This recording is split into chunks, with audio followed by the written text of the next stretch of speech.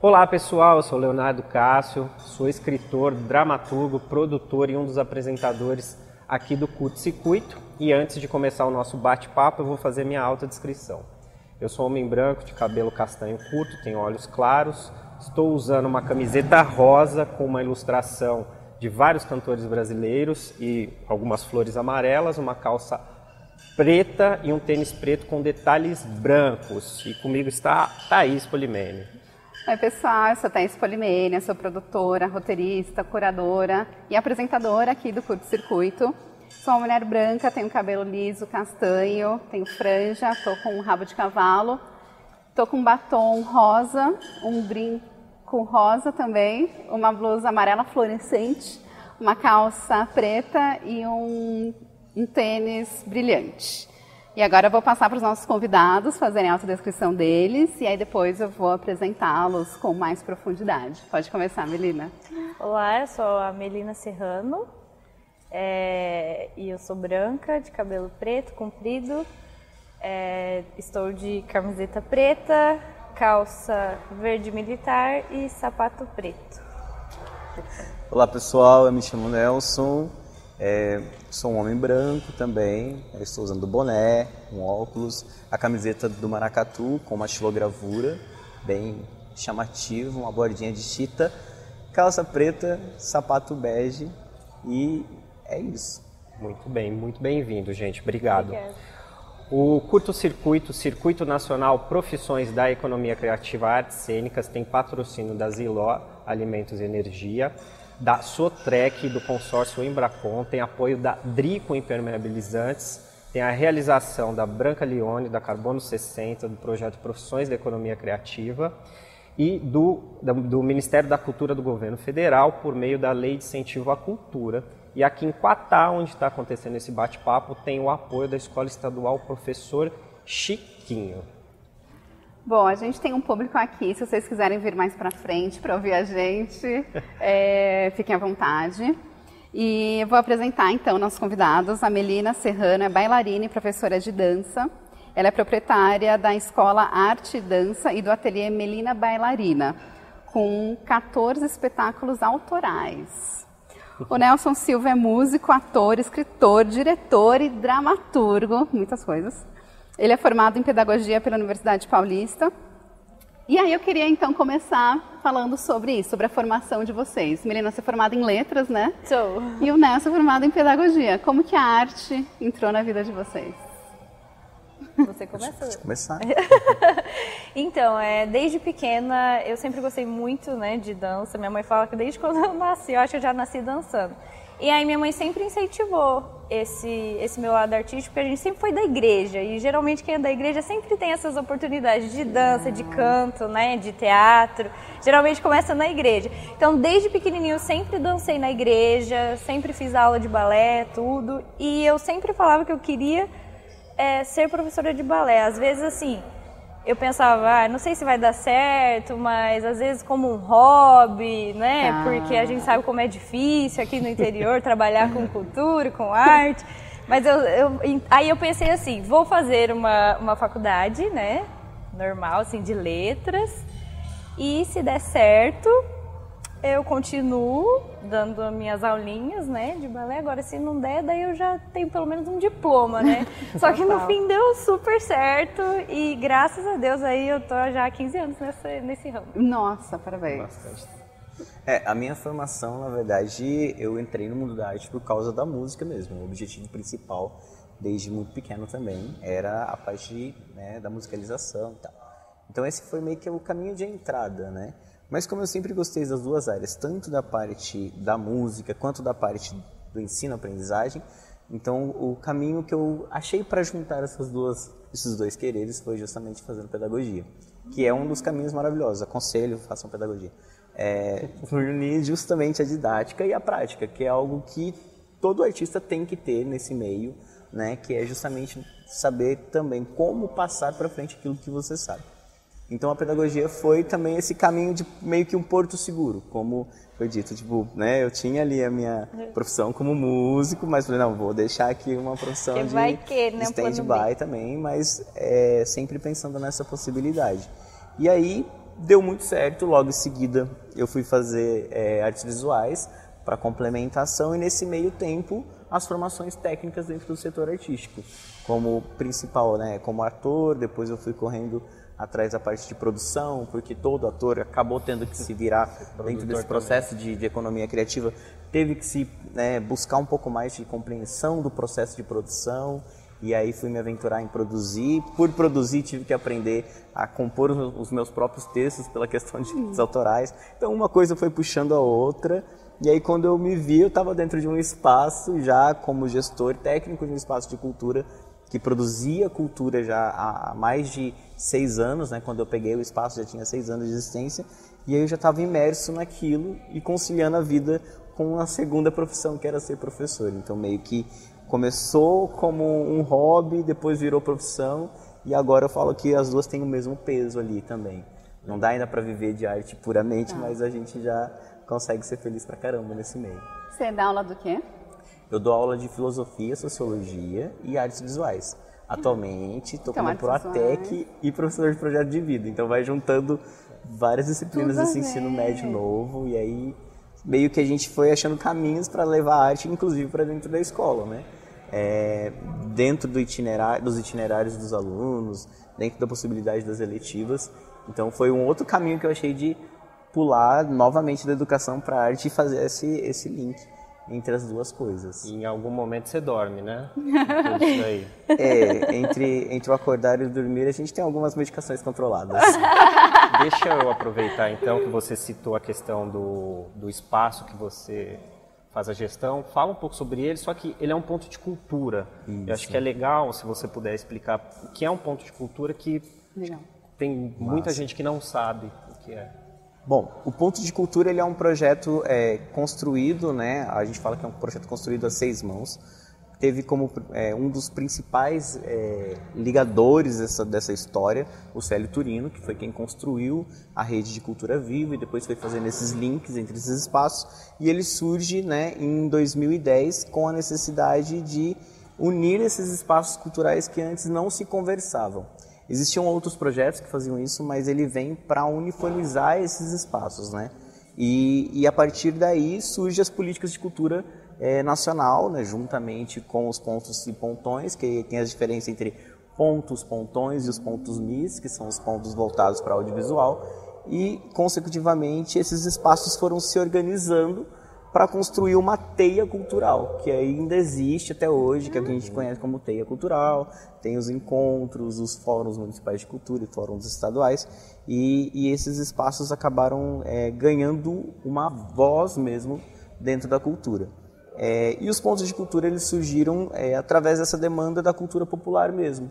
Foi uma das demandas que foram encontradas, né, que era justamente a dificuldade de chegar na cultura popular, nos mestres, fazedores de cultura dos interiores, né, do nosso Brasil afora e do estado de São Paulo, e esse era um caminho mais fácil de conseguir chegar, porque o ponto de cultura ele era desburocratizado, ele poderia ser escrito em nomes de CPFs e CNPJs. Então isso facilitou com que os recursos, os editais, os fomentos chegassem a esses espaços que às vezes não tinham uma estrutura como as grandes cooperativas de teatro, as grandes escolas tinham. Então os pontos surgem nesse período para esse objetivo. E aí eles recebem um fomento inicial, né, diante das inscrições, e posteriormente os estados passam a fomentar com editais esses projetos. E aí então a partir de 2010 a gente tem essa estrutura montada para acolher esses projetos que até então eles eram meio que individuais, né, meio que perdido ali.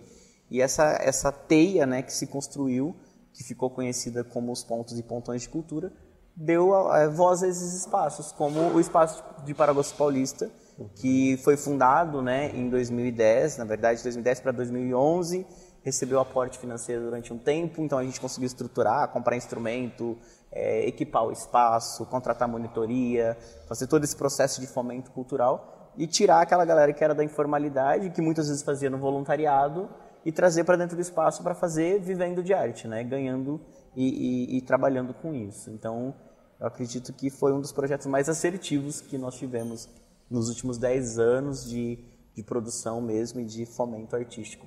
Política pública, né? Isso. Que é super importante.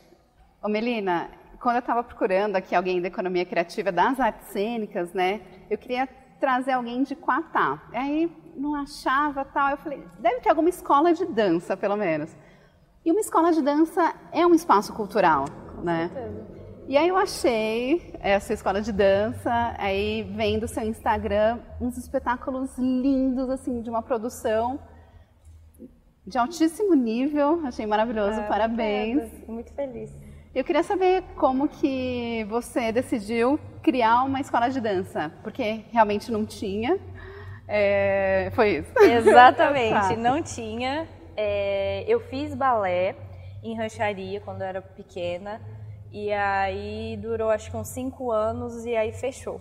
Aí ficou mais uns 5 anos aí sem ninguém abrir. Aqui em Quatá também, inclusive, não tinha também. Uhum. E aí minha mãe teve a ideia, eu sempre gostei de dança, sempre dancei na igreja, liderava o grupo de dança da igreja e eu queria ganhar um dinheirinho, eu tinha 16 anos. Minha mãe falou, já que aqui em Rancharia não tem, por que você não começa a dar aula de balé, você gosta, né? E eu fazia aula em Prudente, Presidente Prudente, que é numa cidade aqui perto, né? Isso aí é a formação, né? Daí eu fui numa escola lá e eu fazia aula lá. Daí eu falei, eu vou abrir pra ganhar um dinheirinho. Ainda tava no colegial, tudo. Aí deu super certo, porque não tinha. Eu comecei com 10 alunas, lembro até hoje. Com 10 alunas. Bastante. De balé. E aí eu falei, não, então eu também dançava street dance, hip hop na igreja. E aí eu falei, então eu também vou começar essa modalidade. E aí foi dando certo, foi passando os anos e foi só crescendo. E aí eu vim para Quatá também. Eu dou aula aqui também. Uhum. E aí também não tinha, acho que vieram alguns professores, aí tinha 3 meses de aula, fechava, 5 meses de aula, fechava. Aí em 2015 eu resolvi dar aula aqui também e eu tô até hoje aí nesse... Que legal! Onde que fica? Pro pessoal aqui conhecer. Aqui? E, ficava na antiga academia do Ney e aí mudou o endereço, agora eu não vou lembrar. Depois a gente coloca na descrição.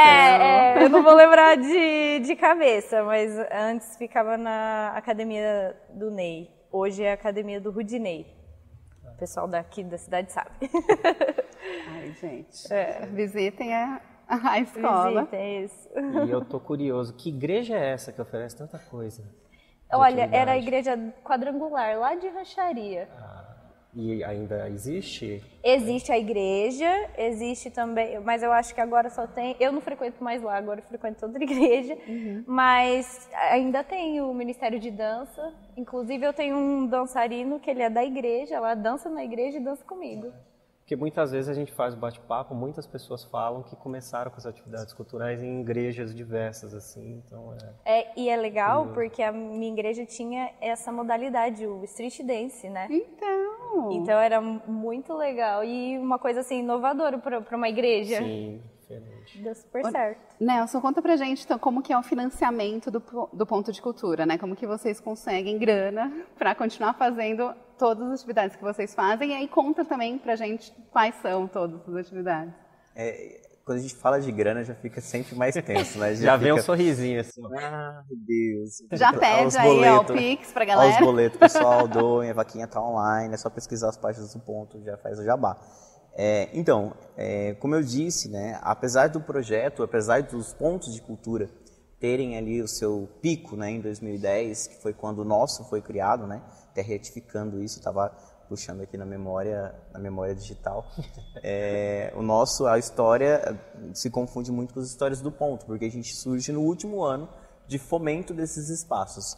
Então lá, no princípio, havia um fomento direto do Ministério da Cultura, sob o comando do Gilberto Gil, né, no governo Lula, e esse governo foi responsável por injetar o ânimo para esses espaços. Então, só foi possível, né, tirar da informalidade. No nosso caso, eram 10 artistas, dentre eles professor de violino, professora de viola, professor de teatro, circo, e outras linguagens que foram complementando, né, as ações, graças a esse primeiro fomento. Tá. Só que esse fomento, como, né, a gente sabe, toda vez o recurso ele acaba, com o passar do tempo isso vai se desgastando, e nós tivemos um apagão cultural durante um certo período. E esse período de apagão cultural esgotou, assim, ao nível de que o espaço quase fechou. Né? A gente se viu em meados de 2016 sem nenhum recurso. E como é uma entidade amparada por uma ONG, que é uma associação de bairro, então juntou o quê? Juntou, vamos colocar assim, né, o roto com o esfarrapado, porque nenhum dos dois tinha dinheiro. Juntou a gente fazendo cultura e juntou a entidade de bairro, que era a organização, que também não tinha fomento. E não era comum receber fomentos da prefeitura, isso ainda era muito utópico. Nesse momento, a gente viu a necessidade de formar um coletivo de captação de recursos. Foi quando eu falei, tipo, a gente teve que aprender a produzir, aprender a buscar fomento, a escrever projeto, a buscar editais, e foi aí que a gente teve assim uma luz no fim do túnel. Foi em 2018, se não me engano, eu fui para São Paulo fazer o primeiro curso de Economia Criativa do SESI, e aí foi SESI, Sebrae, e tinha mais uma parceria. E aí, ali foi que a gente teve uma visão de, tipo assim, cara, peraí, isso aqui é uma empresa. Então, a gente vai ter que, infelizmente, também lidar com essa parte burocrática, essa coisa mais do fomento. E aí, a gente foi estudar. Então, cada um foi para uma linha de produção. Eu segui para artes cênicas, que era a minha mais próxima. Aí, o Carlos Baca seguiu para a área de produção de documentário, captação para espaço, que é um outro artista do ponto. A Bela, que é a do Maracatu, foi para a área de cultura popular e cultura negra, porque era a veia dela e cada um teve que buscar e se especializar em alguma coisa ali.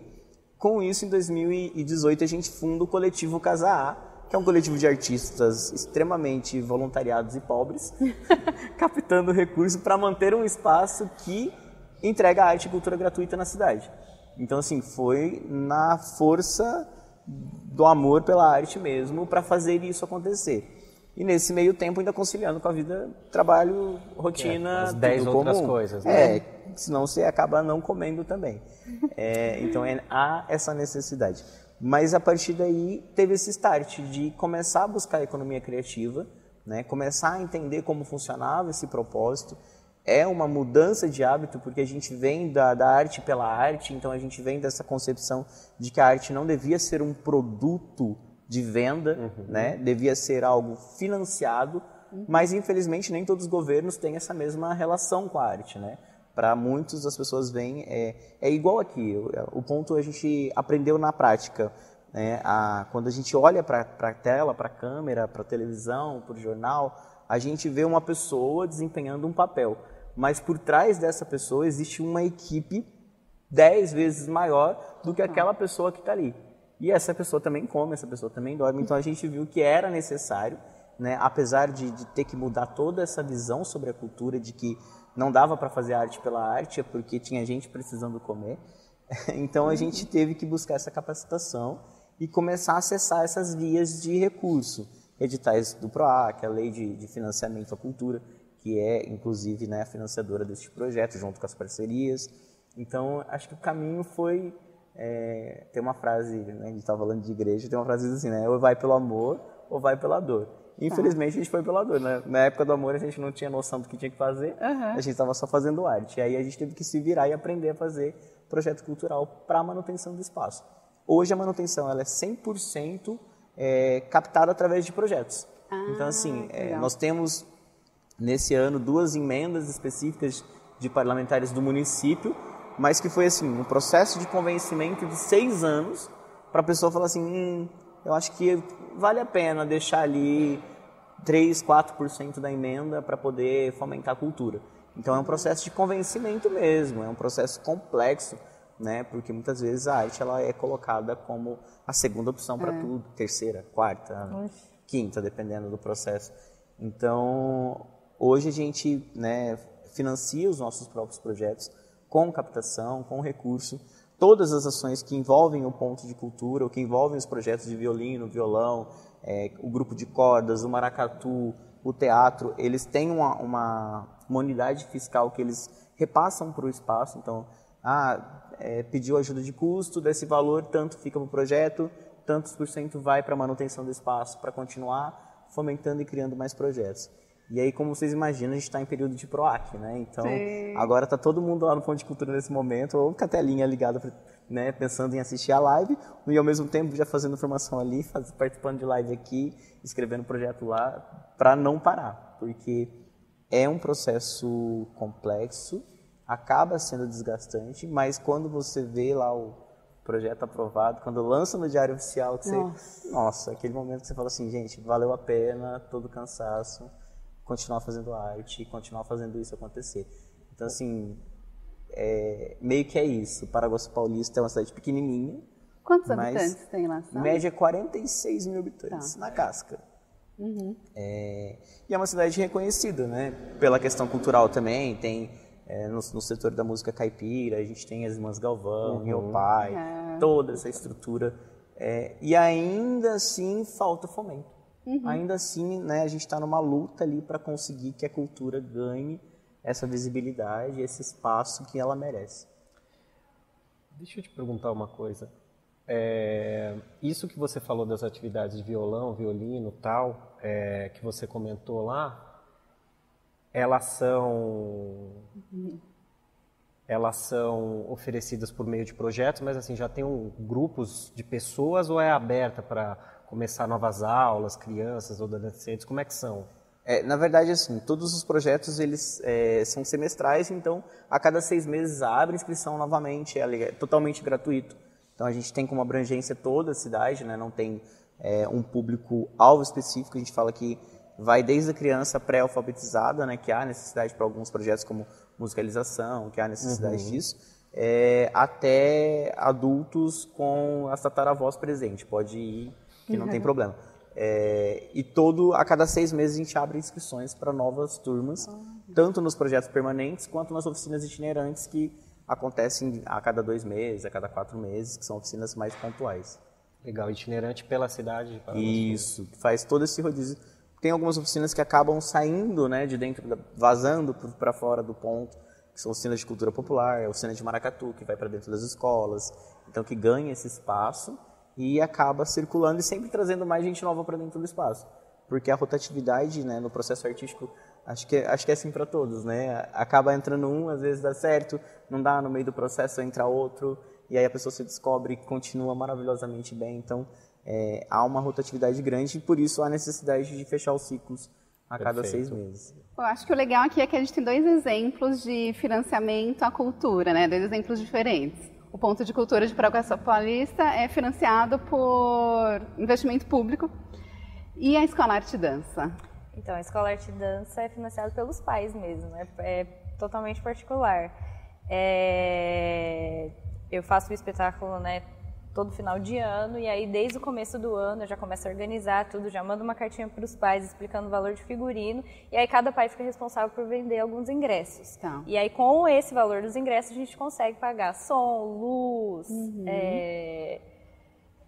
ar-condicionado, Todos aí os a gente, profissionais. exato, os profissionais que trabalham com a gente, e aí a gente consegue fazer por causa dos pais. Tá, aí então a fonte de financiamento seria a venda dos figurinos, a venda dos ingressos e as aulas. E as aulas, isso. E aí com tudo isso você consegue manter a escola e também fazer os espetáculos. Sim, graças a Deus. E me conta uma coisa, assim, quando eu te pedi indicações de cenógrafo, figurinista, tá, você falou, olha, sou eu que faço. Né, exatamente. Eu tenho um ateliê de figurinos, que minha mãe me ajuda também, então eu e ela.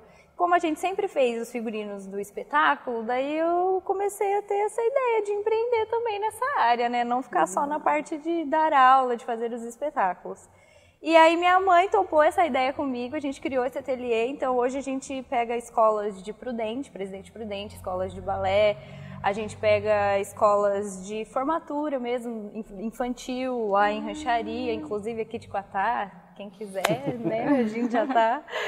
E aí a gente trabalha com isso também. Então vocês dois são multitarefa, né? Porque vocês fazem tudo. É bem isso. Tem que fazer tudo, senão senão ninguém não rende, né, também. Então, e falando sobre espetáculos, você também é vinculado a uma companhia, não é? A Companhia de Interventores, certo? Isso. A gente até viu que houve um espetáculo, você explica, por favor, relacionado a um conto do Guimarães Rosa, que foi também financiado por um outro programa de fomento, da Aldir Blanc. Conta um pouco pra gente. Isso é a mais pura verdade, né? Como a Melina falou, ou a gente aprende a fazer um pouco de tudo, ou a gente acaba não conseguindo atingir os objetivos que a gente queria.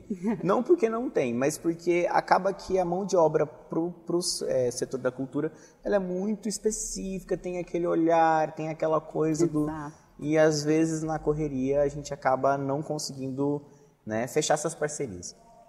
Mas a Companhia Interventores, ela surge já também do ponto de cultura. É um fruto do espaço, porque antes, né, o espaço era gestado pelo Reginaldo Galhardo, que é um profissional, né, excepcional de arte e cultura de Paragosto Paulista, foi diretor de cultura durante mais de 8 anos, então é um cara que tem uma bagagem magnífica. E o forte do ponto de cultura era a cultura popular e o teatro, era as cênicas.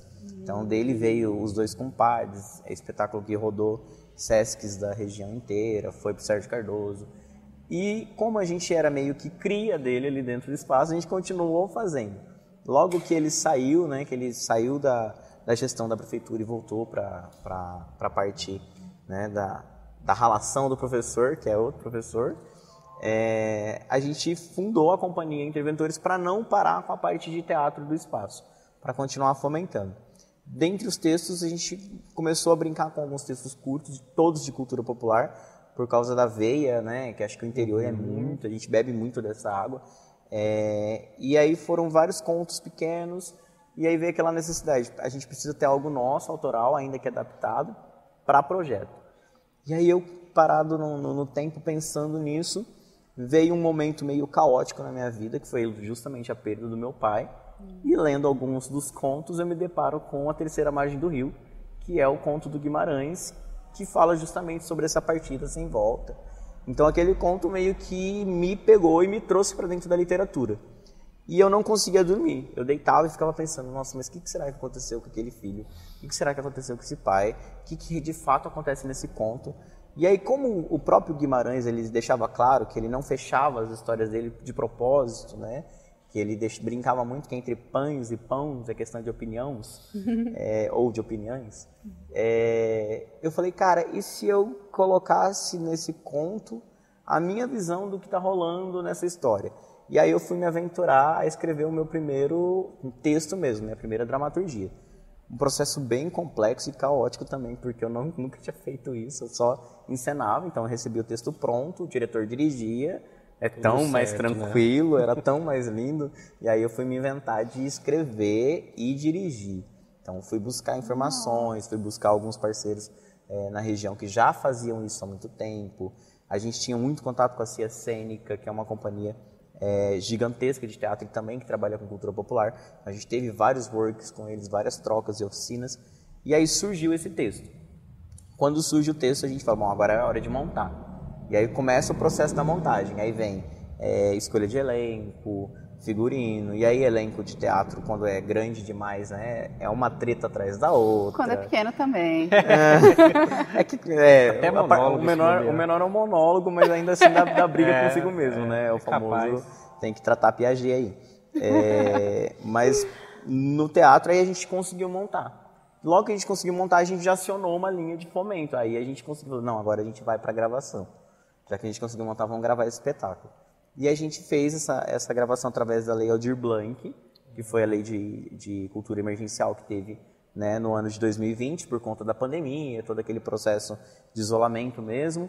e a gente conseguiu levá-la para o palco em 2021 para gravar. É um texto um pouco mais velho, mas assim, o projeto final aconteceu mesmo em 2021. E foi um dos textos que mais impulsionou a companhia. Apesar de outros textos, o Jeca, que também é de cultura popular, algumas cenas curtas específicas para institucionais, que era mais pedido por empresas e tal, a gente focou nesse projeto e ele impulsionou a companhia. Talvez por ser um conto que cativa, que emociona, que traz, né, essa memória afetiva do interior de São Paulo e pelo sincretismo que eu consegui colocar e amarrar ali junto com a companhia. Claro que ninguém faz nada sozinho, né? Teatro amador, ele inicia com um processo colaborativo. Não tem como a gente fazer teatro amador achando que vai fazer tudo sozinho, né? Então, a companhia, os atores, toda a galera que construiu o processo de montagem, dessa montagem cênica comigo. E nesse meio tempo a gente foi amarrando com aquilo que a gente tinha dentro do ponto. Então a gente tinha maracatu, vamos colocar maracatu. A gente tem coco, dá para abrir com uma roda de coco essa contação. Que legal. Colocamos uma roda de coco dentro do conto. Tá, mas tá muito parado. Vamos chamar o povo para dançar o coco com a gente na abertura? Então vamos trazer viajante para fazer essa coisa da troca mesmo? Vamos eliminar o palco, vamos para o chão, vamos para a rua? E aí foi essa experimentação até chegar no processo final, que hoje, né, da construção da peça, que é Outras Margens, que sofreu várias adaptações, e que ganha esse espaço de troca mesmo com a plateia, de forma muito mais próxima mesmo, assim. Quando eu falo próxima, é próxima mesmo. Se não chorar, a gente bate na cabeça para chorar junto com a gente, porque é um processo e eu falo que o teatro é um processo de cura, né? Então, para mim foi cura, porque eu vinha do processo de luto do meu pai, e foi através desse espetáculo que eu fui. Cada vez que a gente apresentava, eu chorava um pouco e aquela dor ia se tornando mais aceitável. E eu falo que... E foi um espetáculo de muita... Como que eu posso dizer? De muita cura para outras pessoas também. Vocês foram para a terceira margem, literalmente. A gente quase não voltou uma vez, mas vamos deixar para outros momentos. Você comentou que foi feito o registro, está disponível para... Tá, o registro do espetáculo está na íntegra no YouTube, na página da CIA, e disponibilizado também na página do Ponto, né? Como a gente guardou o texto, né? Ele foi, de fato, por enquanto, para a gaveta, então a gente disponibilizou o registro em alta para a galera assistir.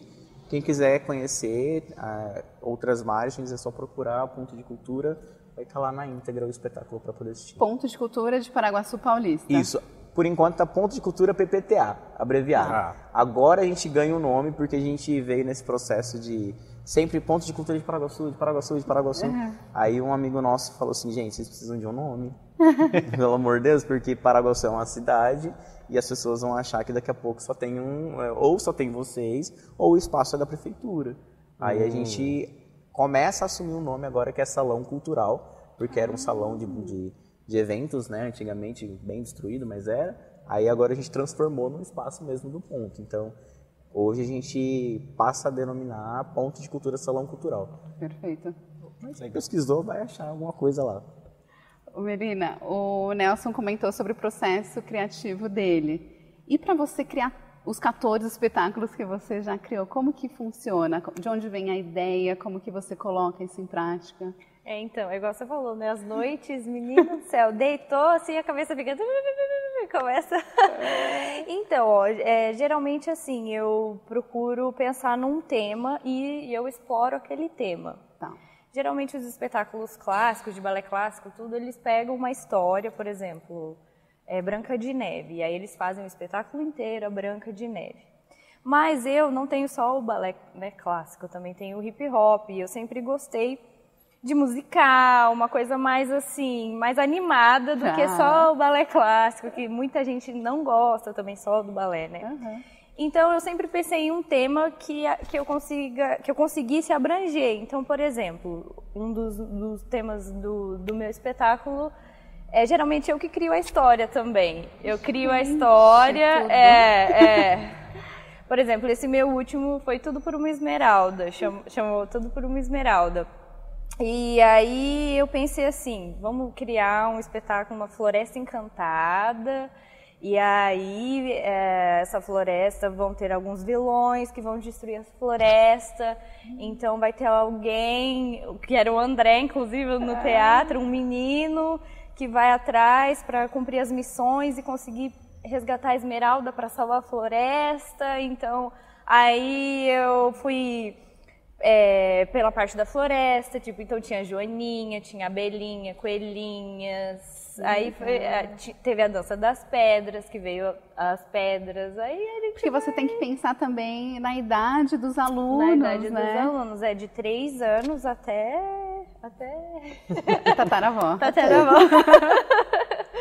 Exatamente. E aí, assim, acaba um espetáculo, eu já tô pensando no outro. Eu vi um trecho do Esqueceram de Mim. Esqueceram de Mim E também. aí tem uma cena do Cubo Mágico, Sim. que eu achei linda. Vocês que criaram o figurino Sim. e aquele cubo também. Sim. Meu Deus, gente, é maravilhoso. Sim. Essa assim, é nível musical de altíssimo nível mesmo, assim. Ai, vocês Então, têm que vir, gente. Tentar agora a gente vai ter que vir pra cá. Eu acho. Sim. E aí, então, eu coloquei esse espetáculo Esqueceram de Mim, só que aí muita gente associa com o filme. Não tem Total. nada a ver com o filme. Eu construí uma história num salão de brinquedos, por isso que tinha um cubo mágico, que era um brinquedo. Então, a assim, criança que é esquecida dentro de uma loja de brinquedos. O André acho que E aí comentou os isso. brinquedos começam a ter vida. Então teve a dança da Barbie, a dança do cubo mágico. Aí cada turminha... Então vamos ver, ó, você é roteirista, coreógrafa, diretora artística, coordenadora artística, figurinista, cenógrafa, Empreendedora. empreendedora. É tudo. A tudo. costura é a sua mãe que faz? Não, figurino? daí a gente tem uma costureira. tem. A Neia, legal. ela é maravilhosa, nossa. É uma costureira só? Não, aí ela tem uma tá. equipe. Porque... Ela são que é a coisas. chefe das costureiras, né? Mas eu e minha mãe, que a gente que pensa nos figurinos, a gente que fica coordenando. É assim, assado. Eu acho legal a gente também pegar esse exemplo para mostrar como a economia criativa movimenta o emprego, né? Como gera renda e gera emprego. Porque desde a costureira até uma diretora artística, Sim, né? exatamente. Então, Não, inclusive no próprio espetáculo gera muito dinheiro para a cidade, se você for ver. Maquiadora, cabeleireira, as mães adoram levar, né? E são 2 dias de espetáculos, 4 sessões, então as mães enlouquecem. E aí depois, no final, os restaurantes ficam lotados, entendeu? Porque as famílias vão, então assim, movimenta a cidade mesmo. E eu fico muito feliz porque assim, todo mundo espera pro espetáculo no final do ano. ai, E vem Muito gente legal. de Já tem o fora. público, já já é, formou já- público. Não, Já entra no calendário formou, cultural. E tem muita gente que não tem nenhum parente, nenhuma, e vai todo ano. Muito Nossa, legal parabéns. isso. Pena que o teatro é muito pequeno. Porque Quantos- também a gente não consegue fazer uma semana inteira, senão eu morro se fizer uma semana inteira de espetáculo. Mas é pequeno, ainda tem que alugar cadeira. Nossa. Quantos lugares tem isso? São 180 lugares, aí eu geralmente coloco mais 100. Por isso que eu faço Porque 2 sessões 180 cada não é dia. pequeno, não. Então, É porque Aí eu você tenho já que tá fazer- num nível. Eu tenho que fazer 4 sessões, duas num dia, 2 no outro, aquela pauleira. Porque senão... E isso assim, se você não ir atrás do ingresso logo na primeira semana que eu anuncio, não tem jeito. Que maravilhoso, Não, graças a parabéns. Deus já chegou a esse ponto, mas antigamente eu lógico, sofri um demorou, pouquinho. né? Agora já tá bem conhecido, graças a Deus. Já que a gente está falando de dança, maracatu é dança, é música, conta pra gente o que é o Tudo maracatu. É tudo E mais um misturado, pouco. né? Maracatu, ele é uma representatividade de toda uma herança cultural que o Brasil tem, né? O Brasil, ele é um país, além do processo de miscigenação que a gente tanto estuda, né, nas disciplinas de história, mas ele é um país construído por diversos processos de cultura. E o maracatu, ele surge como essa raiz da cultura afro dentro do Brasil, né, que é esse misto da dança do pé no chão com os movimentos, com a ligação das religiões de matriz africana e, ao mesmo tempo, com os baques, que são os toques percussivos, com os instrumentos de alto peso, que são os instrumentos de pele. Então, ele é uma mistura de tudo aquilo que pode definir melhor o brasileiro, que é o pulsar, que é o sentir, que é o dançar e o movimento acima de tudo, que a gente fala que o maracatu ele é o movimento do vento, né? Então a dança ela é toda movimentada pelo corpo que se expressa mesmo. Ela não tem vamos ter como a gente pega, né, no clássico, a gente tem as técnicas do apontamento do dedo, apontamento do pé. E o maracatu não, ele tem essa leveza do baque e do vento mesmo. Então, é uma manifestação lindíssima. Quem nunca teve a oportunidade de assistir, procurem, né, a estrutura, a história do maracatu, das nações de maracatu, essa raiz nossa, que é nossa, né? Porque ele é considerado um dos primeiros ritmos puramente brasileiro, ou seja, forjado nos solos de Pernambuco, nesse processo de resistência da cultura negra, né? E, ao mesmo tempo, ele se torna um patrimônio cultural nacional, que é o maracatu, assim como o Bumba Meu Boi, assim como as festas de Parintins, e ele vai ganhando esse mundo, e hoje ele tem as suas vertentes, né? A gente fala que do maracatu vem ali a questão do samba de roda, e a gente vê as misturas acontecendo nesse processo sincrético da religião, e ao mesmo tempo a gente tem aí até hoje essas representatividades que são magníficas, né? No ponto de cultura nós temos um grupo percussivo. É muito interessante explicar essa diferença, até mesmo por respeito às nações de maracatu, que são os coletivos que têm a raiz mesmo, que têm a semente da nação, que veio, né, de uma região específica do continente africano, que trouxe essa raiz no berço. E o maracatu ele tem muito esse respeito, é como na capoeira, né, que tem os mestres, então a gente sempre tem esse respeito em saudar as nações de maracatu, que é da onde a gente bebe. A gente é um grupo percussivo, a gente brinca de maracatu, e aí tem as nações que são essas representatividades mesmo da resistência negra, dessa galera que manteve mesmo ali a cultura no mais puro chão ali, e mantém essa receita, né, cultural. Mas a gente tem a honra, o orgulho de poder denominar um grupo percussivo, de ter esse reconhecimento de algumas nações, de ter esse respeito, de ter recebido a bênção de alguns mestres do maracatu, que isso é lindo pra gente. Mas assim, eu fico até meio besta de falar, porque é um dos xodós nossos hoje do ponto. Então é um dos projetos que eu mais assim tenho afinidade também. Você toca no... Toco. Eu fui a última leva do maracatu, na verdade. A primeira leva começa com a Isabela Cordeiro, que é a nossa regente do grupo de maracatu, ela que é responsável. Dessa segunda leva veio a outra galera que veio formando, e eu sou a terceira e última leva, que já é formado por essa galera. Mas eu falo que eu sempre tive uma ligação muito grande com o baque, porque eu escutava, às vezes eu estava na oficina de teatro, e eu escutava eles tocando, e eu falava, gente, eu acho que eu tenho que ir para esse, não é possível, porque parece que está tocando dentro de mim. E é muito isso, o maracatu ele é um pulsar de conexões, né? E eu sou a terceira leva de formação desse maracatu, que tem a Bela Cordeiro como responsável técnica do projeto. Mas assim, quem não conhece, convido a conhecer, participem, quando tiver apresentação. A gente esteve em Tarumã, Tupã, a gente fez Paraguaçu recentemente, mas a gente pretende agora, nos editais, a gente quer fazer uma circulação pelas escolas. A gente fez um projeto piloto ano passado, de circular as escolas do município, levando um resumo da cultura do maracatu, junto com algumas loas e alguns baques, e depois a gente faz uma imersão bem rápida com os alunos para eles tocarem. E aí a gente quer expandir isso para o estado, a gente queria levar para outras escolas, para que esse projeto conseguisse chegar e essa semente fosse plantada, né, em outros solos. Então, assim, esse ano a gente ainda tem essa expectativa, aquele momento do jabá. Chiquinho, estamos aí, pode chamar. E a gente leva esse processo mesmo de imersão da cultura.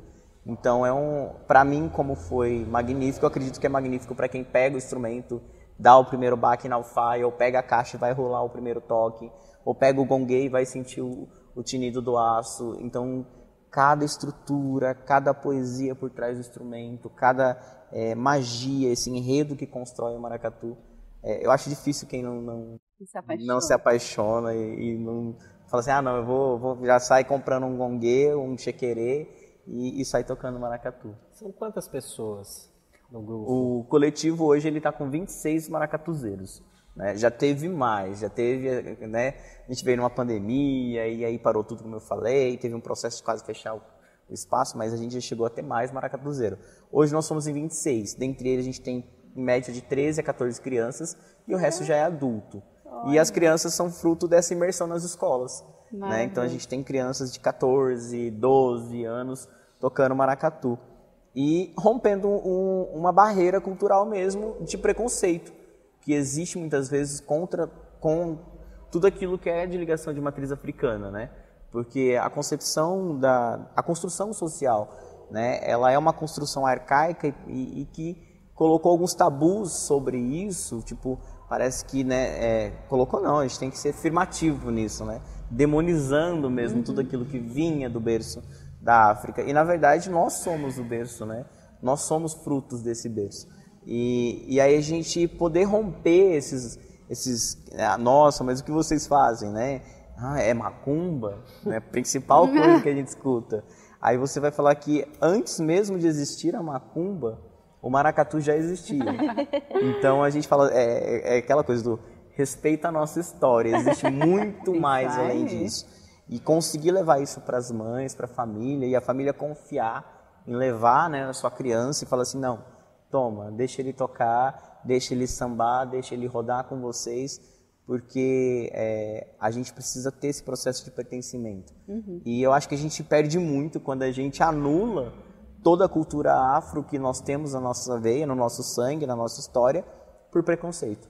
Então, assim, o ponto de cultura foi esse caminho, e o maracatu abriu esse espaço. Aí hoje tem mães que falam assim, nossa, como eu fui tonta, né? Porque o maracatu existe há não sei quanto tempo, tinha escolinha de samba, eu nunca participei porque às vezes eu tinha medo do que ia falar, do que ia cantar. Eu falava, gente, é tão bonito que quando você entra nesse processo da poesia, você não vê mais nada. Você vê só a poesia que tem por trás daquilo. Então, esse respeito pela cultura, acho que foi o maior fruto do Maracaponto dentro do ponto de cultura. Gente, a gente já está chegando no final. Antes de fazer as últimas perguntas aqui, eu queria saber se alguém tem alguma pergunta para os convidados. Aí. Eu ia perguntar uma coisa que, na verdade, que ele já respondeu, que era sobre, como falou, da questão da necessidade do fomento, né? Eu ia perguntar se não se utilizou da lei Aldir Blanc, mas aí depois, na sequência, você respondeu, né, que sim, foi feito à vontade, através da... Mas eu acho que, já aproveitando, então, essa pergunta, comenta sobre a Lei Paulo Gustavo, que eu vi que você foi ao encontro em Assis, Sim. Né? Conta um pouquinho sobre Gente, é assim, né? Como eu falei, a gente vai se agarrando a tudo que é possível, né? A Lei de Fomento Aldir Blanc, ela foi... eu não tenho nem como dizer. Sem ela, eu acho que durante a pandemia, nós vimos muitos amigos vendendo instrumentos, perdendo aquilo que tinha conquistado com trabalho, entendeu? Espaços culturais, casas de teatro fechado, escolas de balé, em Paraguaçu mesmo. Eu fiquei 6 meses fechada. Aí, tá vendo? Nossa, e aí, como que... Eu tinha recursos, né? Então, guardado. Que bom. E foi o que eu Nossa, consegui, parabéns. mas 6 meses. Perseverou. Então, É eu fiquei guerreira, meio desesperada. Assim, conseguir meu Deus. tirar Aí água de tirei, pedra, exato. porque... E a gente passou por isso, né? Então, leis de fomentos, para quem não conhece, tem muito tabu, né? Aldir Blanc... Muita é a mesma informação coisa, de zap Lei errada. Rouanet, né? Porque artista vive Mamar nas tudo de tetas Lei do Rouanet. governo. Vocês não têm noção da burocracia que é. Eu falo que a Lei Rouanet, ela não consegue retornar para a gente o suficiente para pagar os tarja preta desse processo. Até você aprovar um projeto numa lei de fomento como a Lei Rouanet, que é a lei de fomento cultural maior que nós temos no Brasil, vocês que têm um projeto aprovado, vocês sabem como é burocrático, um processo extremamente complexo. Depois você ainda tem que ter uma empresa que tope com a ideia do projeto para fomentar. E aí a gente agradece muitas empresas que fazem isso, né? Claro. Então, assim, a Aldir Blanc, ela foi a primeira lei de fomento desburocratizada. Então, ela conseguiu injetar diretamente nos municípios uma verba, um recurso, e os municípios, com base nos seus... Por isso que é importante a política cultural. Por isso que nós, como artistas, precisamos estar dentro desses espaços de discussão, né?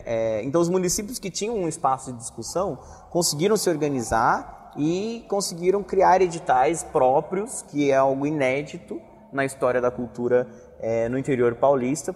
Porque eu falo que é inédito porque acho que aqui próximo, Prudente tem edital próprio, Bauru, Talvez são Marília e eu acho que é a Assis. Acho que eu sou. Tirando essas cidades, todas as demais não têm editais próprios de cultura.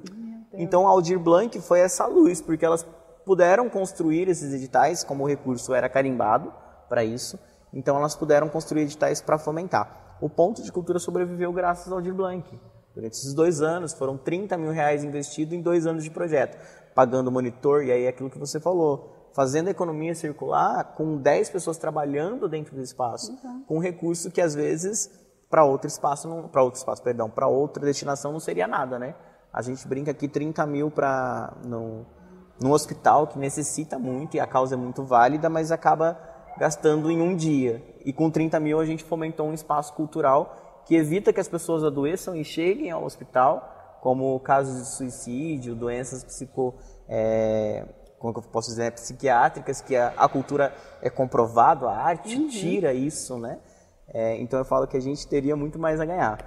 E com 30 mil a gente fomentou 2 anos. E agora vem a Paulo Gustavo, que também é uma lei de fomento cultural, focada para o audiovisual, construída também com base na lei de audiovisual que já existia, né? Mas que tem como objetivo a descentralização do Fundo Nacional de Cultura. Vale lembrar, né, tanto na Lei Rouanet, que é um aporte de empresas, quanto na Lei Paulo Gustavo, na Lei Aldir Blanc, que é um aporte do Fundo Nacional de Cultura, que esse dinheiro não poderia ser usado para mais nada. Né? Sim. É um dinheiro dos artistas. É um dinheiro que foi construído através dos impostos que a gente paga nos instrumentos, os impostos que você paga nas miçangas ou nos paetês que você vai comprar para fazer os figurinos. Então esse recurso ele é dos artistas. Então havia muita falácia, mas vai tirar dinheiro de não sei de onde. Não vai. Na verdade, o Brasil é um país que tem um PIB altíssimo de cultura. O estado de São Paulo é o maior PIB cultural. Então a gente tem um superávit de recurso que é dos artistas, né? Então esse recurso, esse fomento dessa lei vem dessa pasta. Então ela não vai mexer em pastas, né? Saúde, educação. Não vai concorrer com ninguém. Não vai concorrer com ninguém. É todo complementar, né? Isso, e na verdade, pelo contrário, ela vai ajudar, por exemplo, a desafogar algumas necessidades.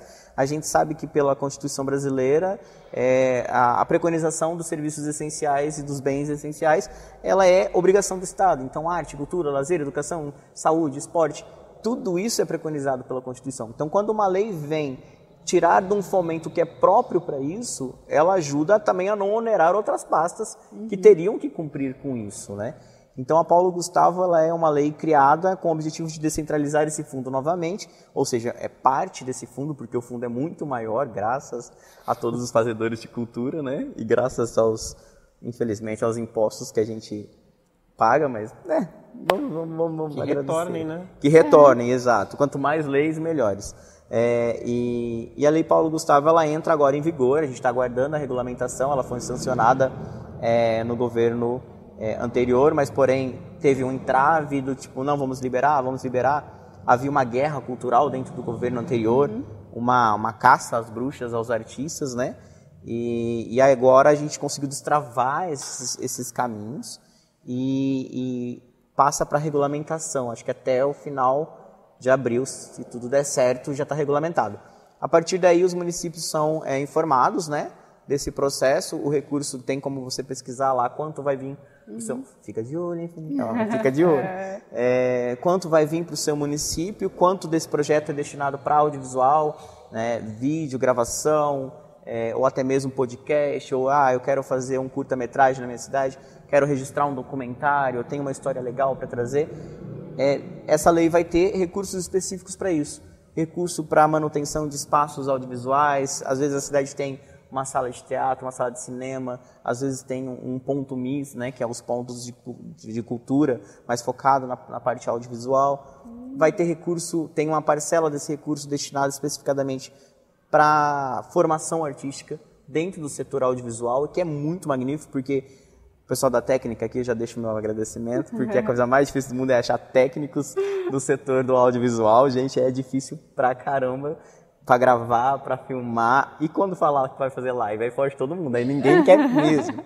Então, assim, vai ter uma parte desse recurso da Paulo Gustavo que é para isso, né, para a formação técnica. Então, os técnicos podem acionar esse recurso para dar palestra, para dar formação, para dar curso, com base nesse recurso. E uma parcela que não é a maior parcela, até porque o objetivo da Paulo Gustavo é o audiovisual, mas que vai ser aberto para todos os segmentos. Então, assim, ainda vai ter um recurso disponível para teatro, dança, cultura popular, espaços culturais, que tem esse como objetivo. Mas a gente não fica triste, porque eu acho que a cultura ela é um todo. Então é necessário fomentar todas as partes, porque senão a gente se encontra sozinho. E logo, logo vem Aldir Blanc 2, que aí a gente vai ter uma outra parcela de recursos para abranger todos os demais setores artísticos. Então a gente está nessa movimentação aí, a gente está nessa busca para forçar a regulamentação logo, né? A gente precisa que regulamente logo essa lei e que os municípios se organizem, se preparem, que os seus gestores se informem, que busquem ouvir, né? Que é uma das exigências. Como a Aldir Blanc ela foi muito emergencial, então assim houve falhas, né, no processo de distribuição do recurso, mas houve muitos acertos. Muitas pessoas puderam sobreviver e comer durante a pandemia graças a isso, né? Eu não sei se chegou a acionar alguma das leis, não? Só a lei Aldir Blanc. O quanto ajuda, não ajuda? Mas foi para oficina, então foi um valor mais simbólico. Mas já deu uma ajuda, né? Sim. Agora é brigar para que isso se torne permanente, Exato. né? Porque, por exemplo, nós podemos ver em Paraguaçu, que foi uma cidade que, de certa maneira, se organizou muito antes para a lei. A Márcia Jacques, que, né, se aposentou recentemente, 30 anos de cultura, acho que ela tinha uma bagagem, né, complexa para isso, e ela conseguiu organizar. Então, assim, teve editais para todos os segmentos.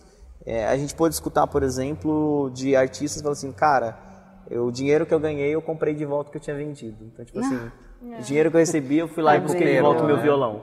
Eu fui lá e busquei de volta o som que eu vendi. Não foi pra Europa, né? Então, não é muito distante essa questão mas o artista... Não, o artista ele rala pra caramba.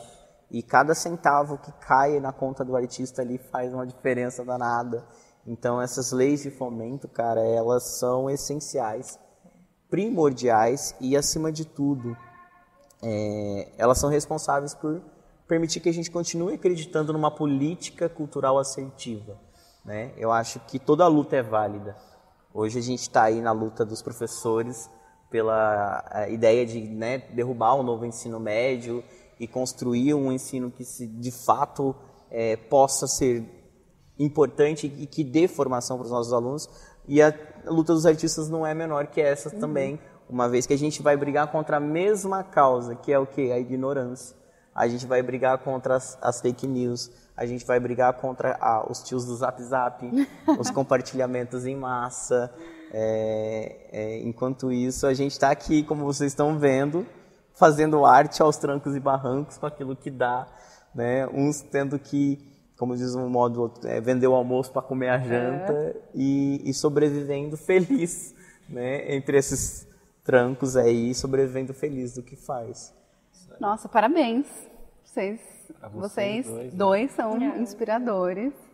E eu acho que uma coisa legal assim que vocês trouxeram é que, por exemplo, a Escola Arte e Dança, eu acho que se não for o único espaço cultural de artes cênicas de Quatá, é um dos únicos, sabe?